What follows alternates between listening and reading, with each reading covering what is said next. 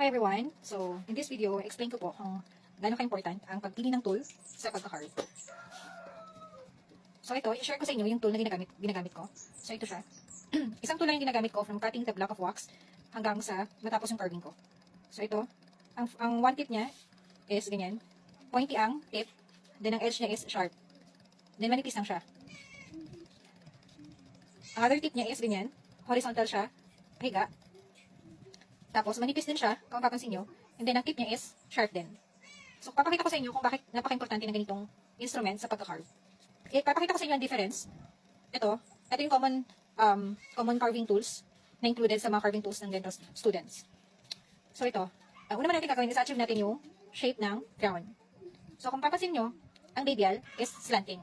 So, kung slanting siya, dapat dito sa wax natin, ito yung labial natin, dapat slanting din siya. So, try natin achieve using this tool. Hindi ko ikakat ang video para makita niyo yung difference.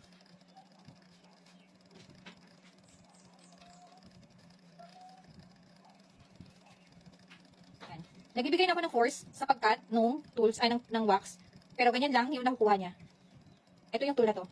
So, try natin dun sa tool na meron ako. Dun sa tool na ginagamit ko.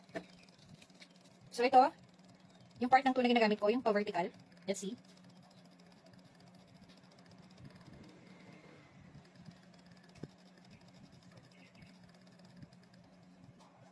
So, kung papansin niyo, yung excess wax is, fine, tsaka mas mabilis.